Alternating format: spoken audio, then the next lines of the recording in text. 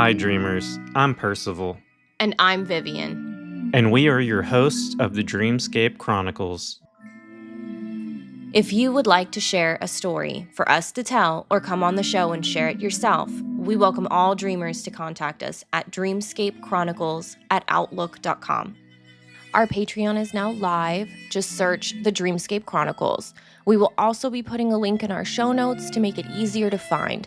It's only $1 for Discord access, so you can join our growing community by chatting about the show, voting on polls, and sharing stories with others like yourself. At a higher tier, you will have access to our personal stories and more of our special episodes. But if you are looking for more content like that, Patreon is where you will find them. Now back to our regularly scheduled broadcast.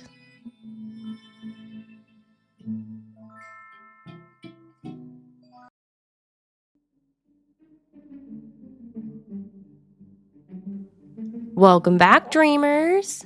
Welcome back.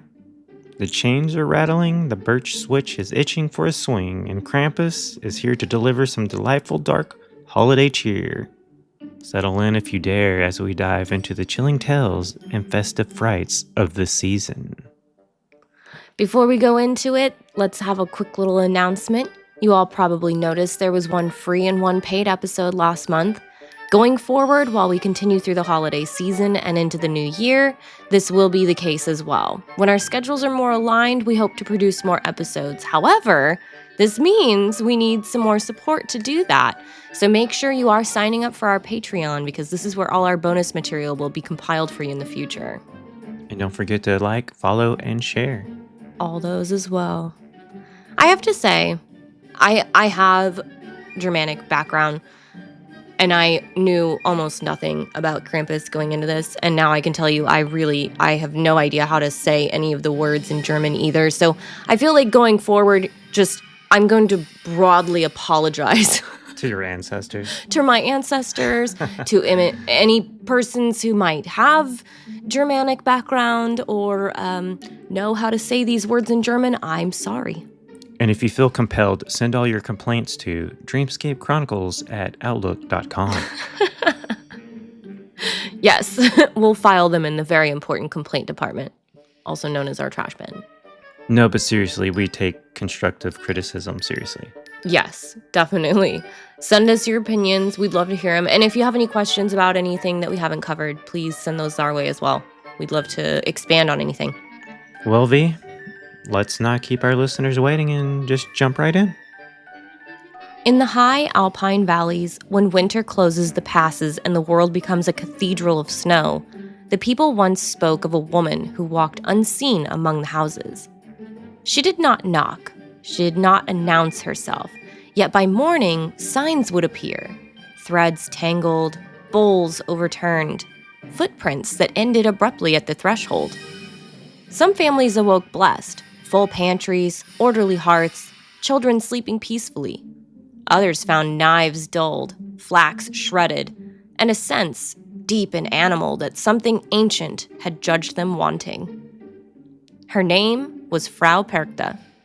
And before there was Krampusnacht, there was her night, Perchtenlof. Tonight, we walk backward into winter, into folklore older than doctrine, older than borders, into a world where morality was not preached. It was enforced by spirits who wore the cold like skin. This episode is not merely about Krampusnacht as spectacle or festival. It is about lineage, the unseen spiritual ancestry behind one of Europe's most enduring winter figures. To understand Krampus, we must first understand the woman who walked before him, whose shadow stretches across Alpine folklore like a skeletal branch against moonlit snow. Because Krampus did not emerge fully formed from fear, he evolved, and his roots are feminine, liminal, and mercilessly ancient. There is a story still told in fragments across Bavaria and Austria. A spinner, poor, diligent, but exhausted, worked her flax late into the 12th night, the final night of the old year. Tradition demanded that spinning cease before Perchta's procession passed, but hunger does not respect custom. As the fire burned low, a tall woman appeared in the doorway. Her face was half beautiful, half decayed. One side pale as new snow, the other side dark and hollowed. She said nothing. She only watched the spinner's hands. In the morning, the villagers found the woman dead. Her belly split open and stuffed with straw and stone. Others tell the story differently. In some versions, Perchta rewards obedience, leaving silver coins or full larders. In others, she disemboweled the lazy, the disobedient, or those who break sacred seasonal laws. The lesson is consistent. Winter watches, and winter remembers. And winter is coming. Sorry. Frau Perchta, also rendered as Perchta, Perchta, or Bertha, emerges from a pre-Christian stratum of Alpine belief. Linguistically, her name may derive from the Old High German berat, meaning bright or shining, linking her to celestial and seasonal illumination during the darkest period of the year. But brightness here does not mean warmth. It means clarity, exposure, and judgment. Perchta presided over the Perchtenlauf, which was the festivities that occurred during Rauhnacht, the 12 nights between Christmas and Epiphany, which ends on January 6th, an intercalary period where time was believed to unravel. These nights were dangerous. Spirits wandered, fate was malleable, the boundaries between the living and the unseen thinned like ice underfoot. Perchta was not a witch in the later Christian sense. She was a household goddess, a guardian of domestic order, textile labor, and moral discipline. Spinning and weaving were not merely chores, they were cosmic acts, reflections of fate itself. To spin wrongly or at the wrong time was to defy the rhythm of the world. What unsettles most modern listeners is Perchta's duality. She appears sometimes as a radiant woman in white, sometimes as a crone with a beaked nose, iron feet, or animalistic features. This is not contradiction, it is a function.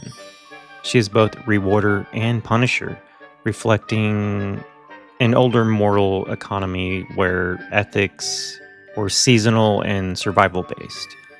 You prepared properly for winter, or you suffered. You honored the unseen, or you paid.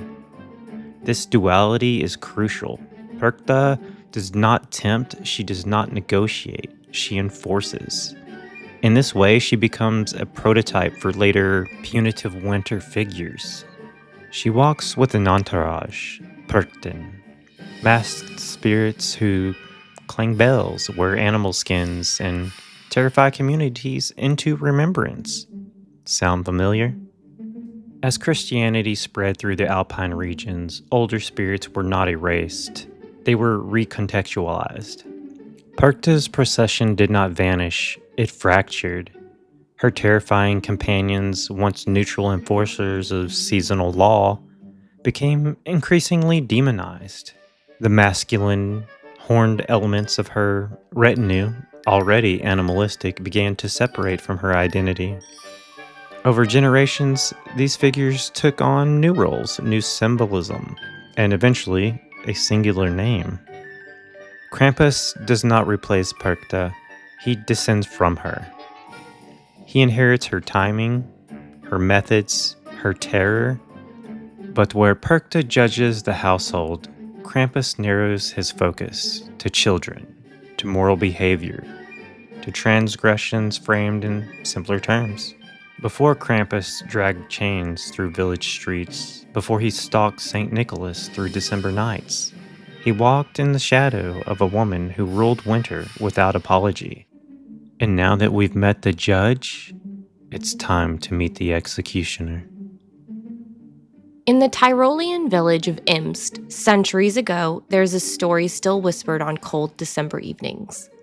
A group of children had ignored their lessons, stole pastries from neighbors, and mocked the local priest. The villagers, already uneasy from strange howls in the surrounding forests, began to fear that these acts would invoke a punishment beyond human hands.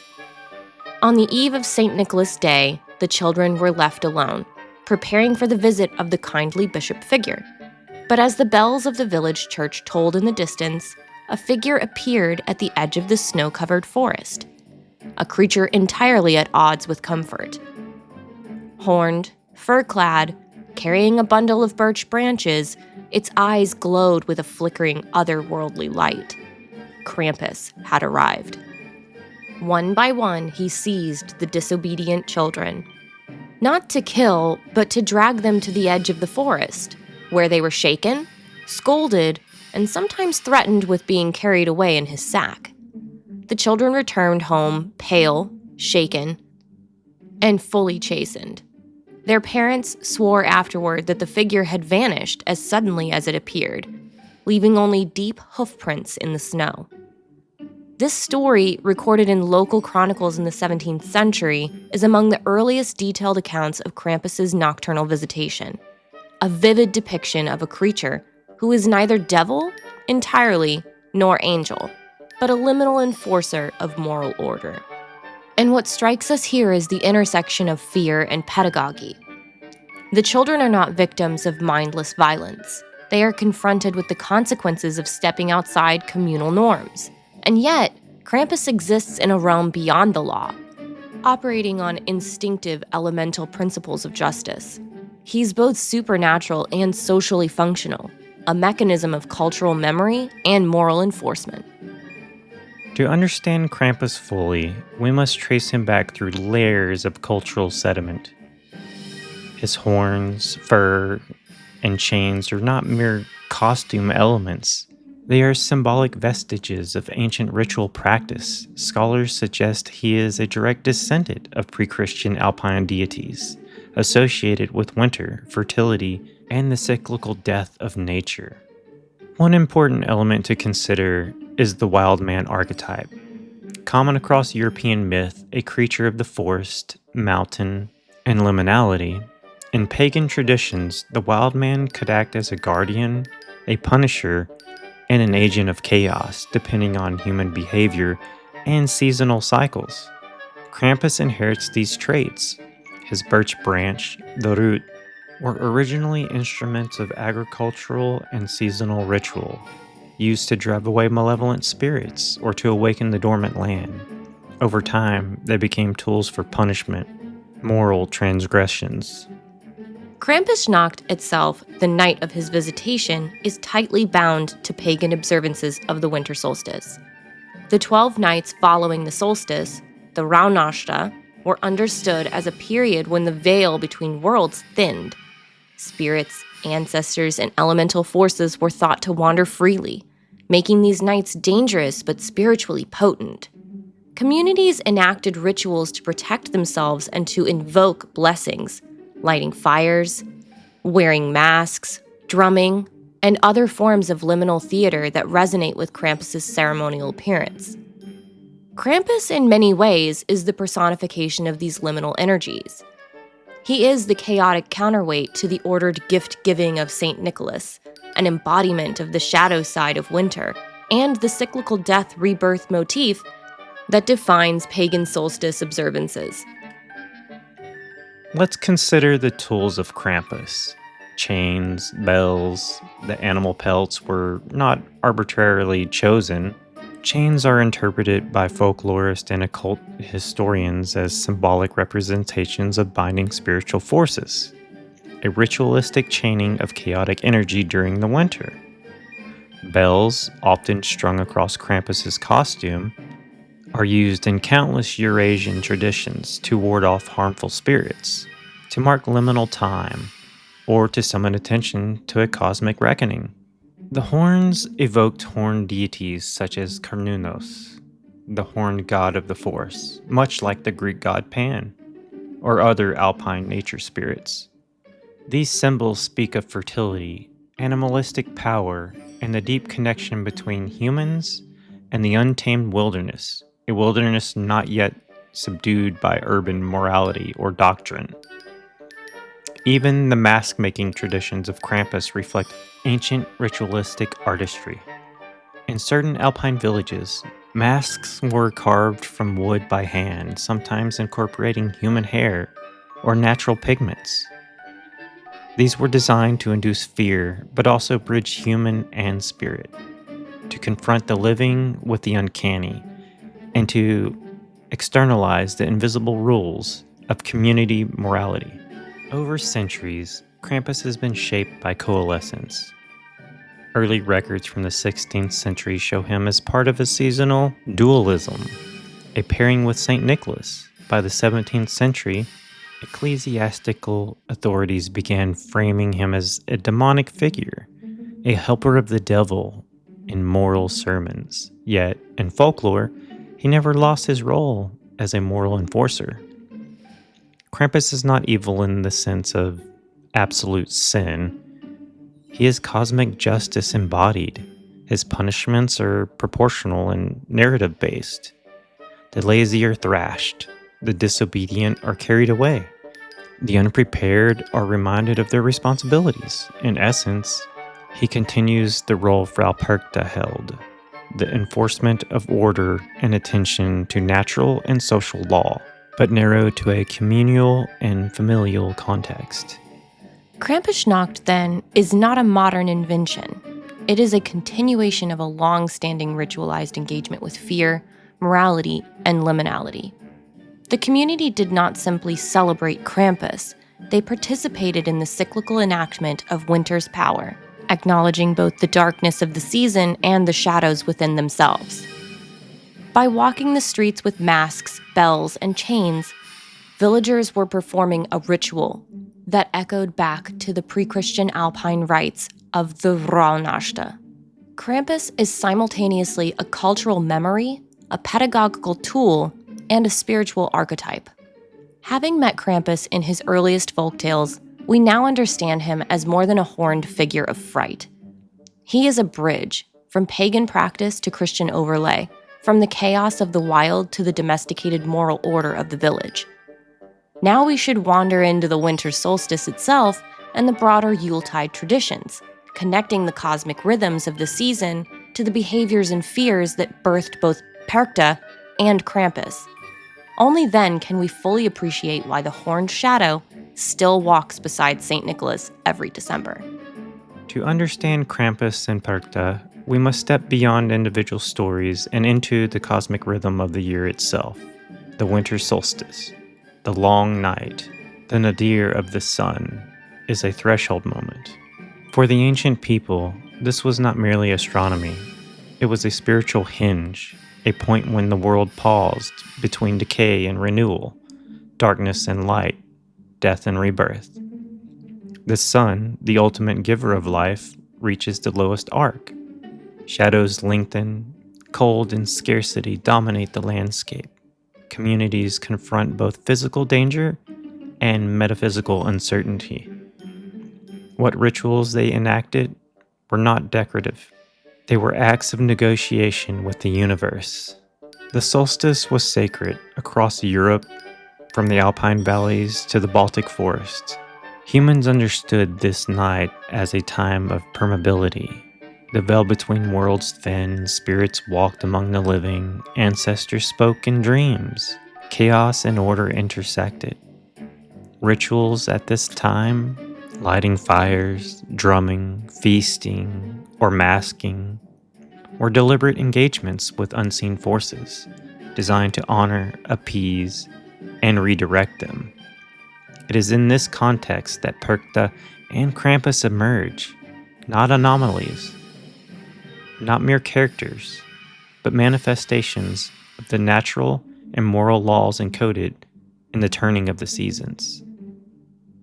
The term Yule itself, Yule in Old Norse, is evidence of a pre-Christian festival centered on midwinter. In Germanic and Alpine regions, this celebration was multi-layered. Feasting and sacrifice, communities gathered to honor the ancestors and the spirits of nature, offering food, drink, and sometimes small animals to ensure fertility and survival through the cold months. There was use of evergreen symbolism, sprigs of fir, Pine and holly were hung not for decoration, but as magical wards, representing life persisting through death and chaos. How about that for your Christmas tree? And then there was the nocturnal vigilance that also occurred around this time. Fires were maintained throughout the long nights, not only for warmth, but as sacred beacons, protective light to guide spirits and mark thresholds between the seen and unseen. Within these practices, there exists a remarkable integration of moral and cosmic order. The solstice is not a passive moment. It is a time when human action can influence fortune. Krampus and Perchta operate precisely here. They are arbiters of alignment with cosmic law. They punish disorder, laziness, or disrespect while rewarding those who observe the rituals and honor the liminal season. Notice how ritual labor, spinning, weaving, or tending hearths, became sacred. Work at the wrong moment invites chaos. Idle hands attract shadow. These concepts persist in the folklore. The mythic universe is responsive and exacting, not random. The Rauhnashta, those 12 nights between Christmas Eve and Epiphany, are central to understanding Alpine esotericism. In this period, time becomes nonlinear. Folklore warns that normal rules do not apply. Portals between worlds may open. Omens seen during these nights are taken seriously, guiding decisions for the year to come. Spirit supervision dominates. Household guardians like Perchta patrol the domestic sphere, evaluating order, behavior, and ritual compliance. The boundaries between fertility and destruction is thin. Offerings, songs, and incantations are protective, but lapses invite punishment from entities like Krampus, who translates spiritual disorder into tangible consequence. In a sense, the Rauhnashta were a moral calendar embedded in cosmology. It was a time when the universe judged communities. Lights, fires, and masked processions were both celebratory and practical. They kept chaos at bay, expressed communal cohesion, and maintained alignment with seasonal cycles. Krampus's nocturnal raids fit naturally here. They are not violations, they are ritualized enforcement, a direct reflection of the universe's judgment during these threshold nights. Beyond folk practices, the solstice embodies arcane principles that formed occult traditions. Duality and transformation. Darkness is not evil. It is a necessary precursor to light. Both Perchta and Krampus personifies this duality. Perchta embodies judgment and balance. Krampus embodies corrective force and the material consequences of ignoring spiritual law. The cycles of death and rebirth. Ancient cultures associated midwinter with the death of the old sun, a symbolic purging of stagnation, and the anticipation of renewal. The destructive elements, cold, shadow, and punishment, were essential for that regeneration of life. Sacred time as moral time. Misbehavior during the solstice was not merely social inconvenience. It was a violation of cosmic rhythm. These narratives encode the idea that human action resonates beyond material plane. Understanding this gives depth to Krampusnacht. It is not a capricious scare tactic. It is a ritualized interaction with the invisible forces that govern seasonal cycles. A liminal dance of morality, power, and the uncanny. Modern interpretations that reduce Krampus to costumes or candy scares lose the rich esoteric textures embedded in centuries of Alpine practice. When we connect the solstice, Rauhnashta, and Yuletide traditions, the emergence of Krampus and Perchta makes sense. Both enforce ritual compliance during periods of vulnerability. Both act as mediators between human behavior and cosmic law.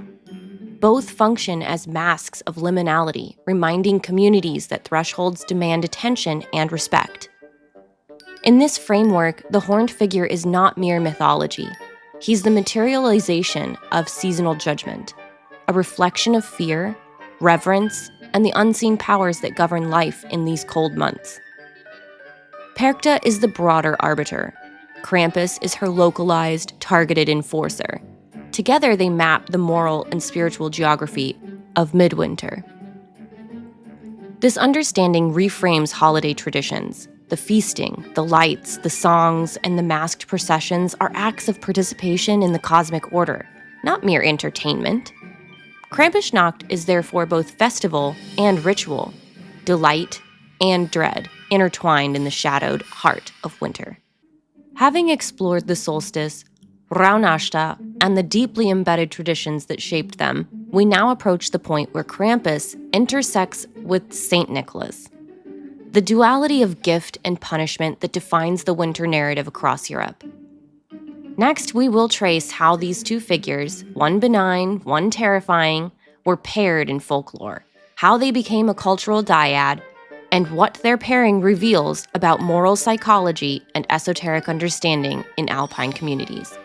In Alpine folklore, December is not governed by a single figure, nor a single moral compass. Instead, it is a seasonal interplay of dual forces. On one hand, there is St. Nicholas, the benevolent, robed figure who delivers gifts and blessings to the obedient.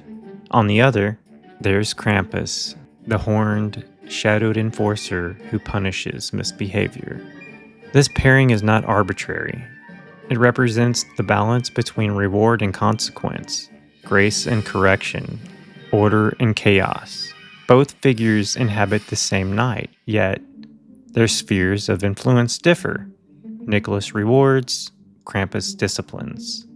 Understanding their interactions require both historical and symbolic lenses. Nicholas did not emerge as a Christianized figure to eradicate Krampus. Rather, the two were woven together in folklore, their juxtaposition creating a complete moral ecosystem. Where one instills hope, the other enforces fear. Where one confers abundance, the other demands attention to law and tradition. Early accounts of St. Nicholas's visitations in the Alps describe him traveling alone, accompanied not by angels, but by shadowy attendants, sometimes described as devils, sometimes as horned figures. By the 17th century, local records in Austria, Bavaria, and Tyrol explicitly note the pairing of Nicholas with Krampus. The bishop enters the village, blessing the obedient children with sugar and coins. Behind him comes a monstrous shape, furred and horned, birch in hand, to chastise the naughty. This formula appears in manuscripts, ecclesiastical sermons, and civic chronicles.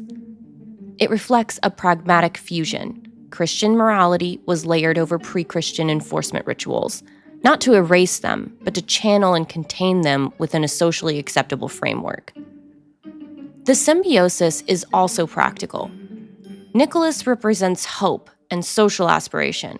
Krampus enforces the consequences of deviation. Together, they provide a didactic continuum from reward to punishment, a complete moral spectrum encoded into seasonal ritual. The Alpine villagers lived in a landscape of extremes, harsh winters, isolation, and scarcity. This duality of figures allowed the folklore to mirror the starkness of their lived reality.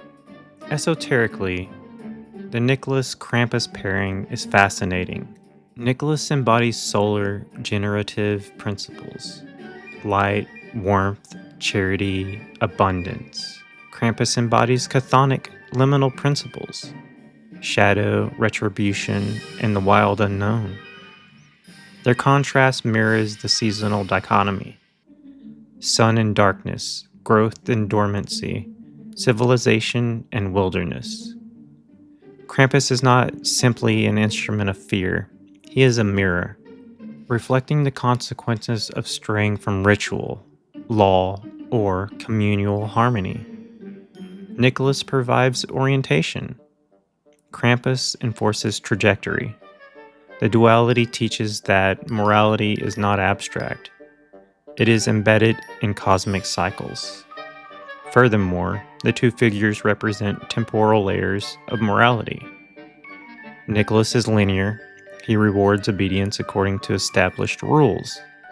Krampus is cyclical. He reminds humans that time itself judges, that transgressions accumulate, and that natural law is relentless. Together, they encode a temporal spiritual framework into the social fabrics of winter. Across Alpine regions, the pairing takes on unique forms. In Austria, Krampus accompanies Nicholas in elaborate processions, often with entire villages participating in mock punishments and ceremonial scares.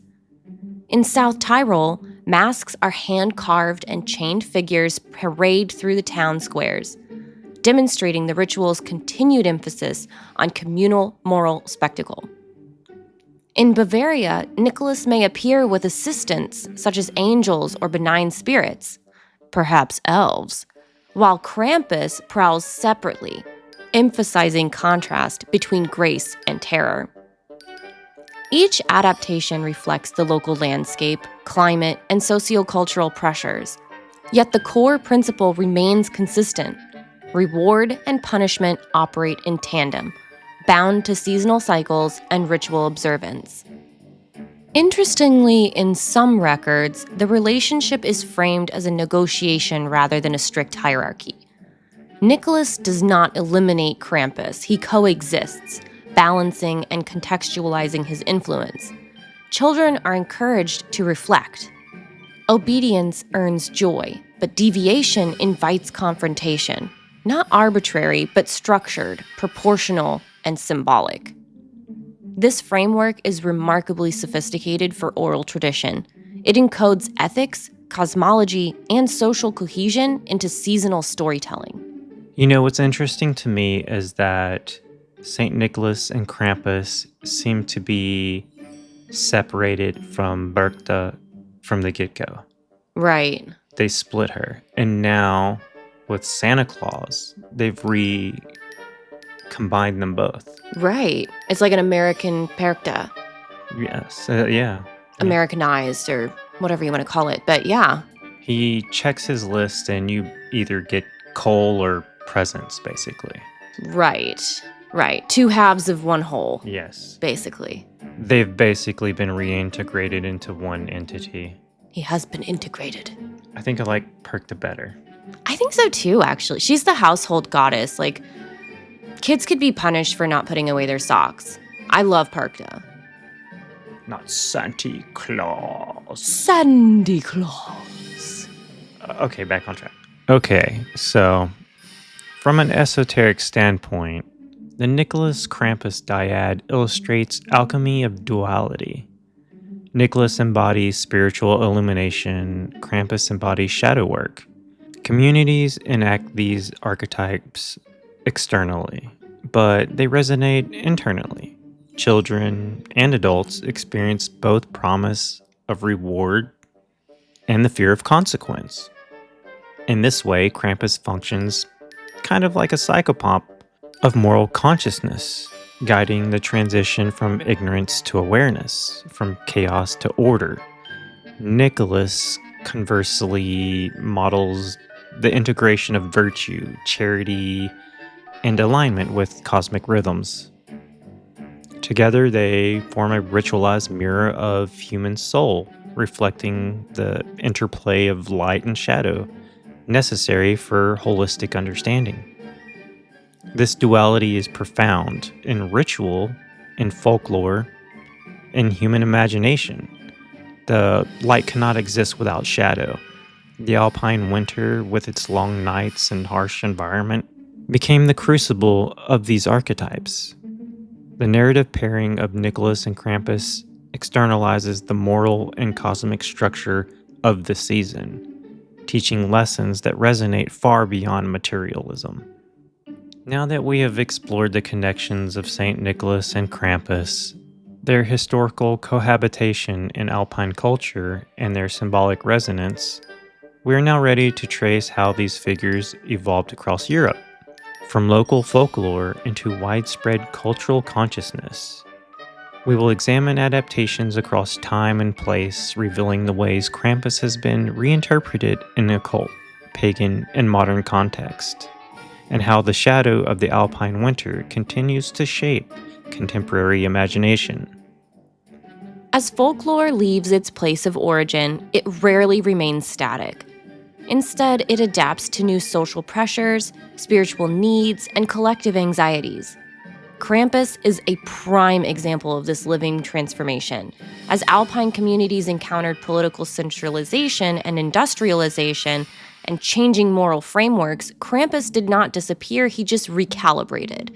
His role shifted from strictly communal enforcer to a broader symbol of what civilization struggles to contain: disorder, instinct, and the refusal of easy redemption. In regions beyond the Alps, Krampus-like figures merged with local winter spirits and cautionary entities, absorbing regional fears and mythic vocabularies. In some areas, he became more theatrical, in others, more abstract. What persisted was not his exact form, but his function. He remained a reminder that moral systems, when detached from consequence, hollow out. Krampus survives precisely because he resists abstraction. He is tangible, immediate, and unsettling. Some occult interpretations of Krampus in the modern era move beyond folklore preservation and into symbolic engagement. Within esoteric thought, Krampus is increasingly understood as an embodiment of the initiatory shadow, the force that confronts individuals with their unexamined instincts, social complacencies, and moral inertia. He is not a tempter, nor a redeemer. He is the threshold itself, forcing confrontation rather than offering escape. This perspective reframes Krampusnacht as a symbolic descent rather than a spectacle. The masks, the noise, the deliberate invocation of fear becomes tools of ritual inversion, temporarily dismantling the illusion of control that dominates the rest of the year. In this context, Krampus does not threaten order. He exposes its fragility, reminding participants that order must be continually maintained, not assumed. In modern cultural expressions, Krampus often appears exaggerated, even grotesque. Yet this distortion serves a purpose. Amplification replaces proximity. Where earlier communities lived close to winter's dangers, contemporary societies experience them abstractly. Krampus becomes larger, louder, more monstrous to compensate for emotional distance. His continued presence in art, festivals, and narrative reflects an unresolved need to personify consequence in a world increasingly insulated from immediate natural hardship. Crucially, Krampus remains resistant to moral simplification. He is not rehabilitated into a misunderstood hero, nor reduced to parody without tension. Even when commercialized, his image retains an edge. This persistence suggests that Krampus operates on a deeper psychological and cultural level than mere tradition. He functions as a symbolic immune response, surfacing when societies sense a growing imbalance between indulgence and responsibility. Basically, white blood cells of the supernatural. Exactly. From an esoteric standpoint, this endurance signals that Krampus is no longer bound solely to season or geography. He has become a portable archetype, activated whenever communities feel disconnected from consequence, cycle, or restraint. The winter setting remains significant, but the underlying lesson transcends climate. Darkness is instructive, and neglecting it does not produce light, it produces blindness. In this way, Krampus stands apart from figures frozen in historical context. He adapts because he addresses something perennial, not belief but awareness, not obedience but recognition of limits. His modern relevance lies not in nostalgia, but in his ability to articulate discomfort that polite systems struggle to name. As this episode draws towards its end, Krampus emerges not as a relic of fear-based folklore, but as a continuity of reckoning. Across cultures, centuries, and belief systems, he has remained a reminder that cycles govern more than seasons. They govern behavior, memory, and consequence. Whether masked in wood, ink, or imagination, the horned figure persists because the conditions that summoned him have never fully vanished. Krampus does not ask to be believed in. He asks to be understood. And understanding him means acknowledging that the stories we tell about winter, judgment, and shadow are ultimately stories about ourselves and what we avoid, what we repress, and what eventually returns demanding attention. With that, we step back from the threshold, the bells fade, the masks come off, but the lesson remains. Darkness, when honored, teaches restraint. When ignored, it enforces it. And that is why the horned spirit still walks among us. When we step back and look across everything we've explored tonight, what strikes me most is not fear, nor even the imaginary, but the coherence. These traditions, Perchta's judgment, Krampus's punishment, and Solstice rites, the pairing with St. Nicholas and the modern adaptations are not fragments. They form a single cultural grammar for understanding winter, responsibility, and consequence.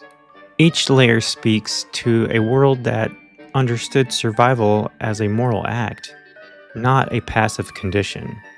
What endures is a worldview in which time itself holds authority. The turning of the year is not symbolic, it is instructional. These figures arise precisely where abstraction fails, where people needed stories to carry weight, stories that could be felt in the body as much as understood in the mind. I keep returning to the idea that none of these figures exist to comfort. They exist to orient. Perchta, Krampus, even Nicholas in his own way, all serve to remind communities where they stand in relation to something larger than themselves. Not doctrine, not ideology, but rhythm, season, consequence. And that feels deeply relevant right now. We live in a time where consequences are delayed, displaced, or obscured. These traditions refuse that distance. They insist that actions matter immediately, that neglect has weight, and that darkness is not something to banish, but something to learn from. There's also something quite humbling in how these traditions resist simplicity. They don't offer clean moral binaries. Instead, they present a world where order must be maintained, where attention is required, and where ritual is not superstition, but practice. In that sense, Krampus is less a monster and more a measure, an index of imbalance. And perhaps that's why these stories never truly fade. They resurface whenever societies feel unmoored from cycle and consequence. They return wearing new masks, speaking new languages, but carrying the same message. Winter is not empty. It is observant, and it responds to how it is met. The bells may stop ringing, the fires may burn low, but the old stories remain close, waiting for the moment when listening becomes necessary again. So before we drift off with the Sugar Plum Fairies, here's some whispers from the void to thank all of our patrons and contributors of the show, starting with What Magic Is This Podcast? Strange Stories with the Seeker and the Skeptic Podcast, Sacred Flux, Killjoy Kenji, and all of our other listeners who faithfully follow us into the darkness to unveil Gnosis. You are the Cyclopean pillars on which we stand upon. In all seriousness, guys, you really are the reason we can make this show happen, so we really appreciate all the support you guys give and all the wisdom you have shared with us in your journeys as well. Indeed. If this journey through winter folklore stirred something in you, curiosity, unease, recognition, we invite you to sit with it. Read the old stories. Listen for the regional variations. Speak with elders, artists, and keepers of tradition. Folklore survives not through belief alone, but through attention. So remember to share this episode of the Dreamscape Chronicles with those who walk the long nights thoughtfully. Leave us your reflections, your winter customs, and your unanswered questions. So until next time, dreamers, keep dreaming and join us in discovering what may lie beyond the walls of sleep.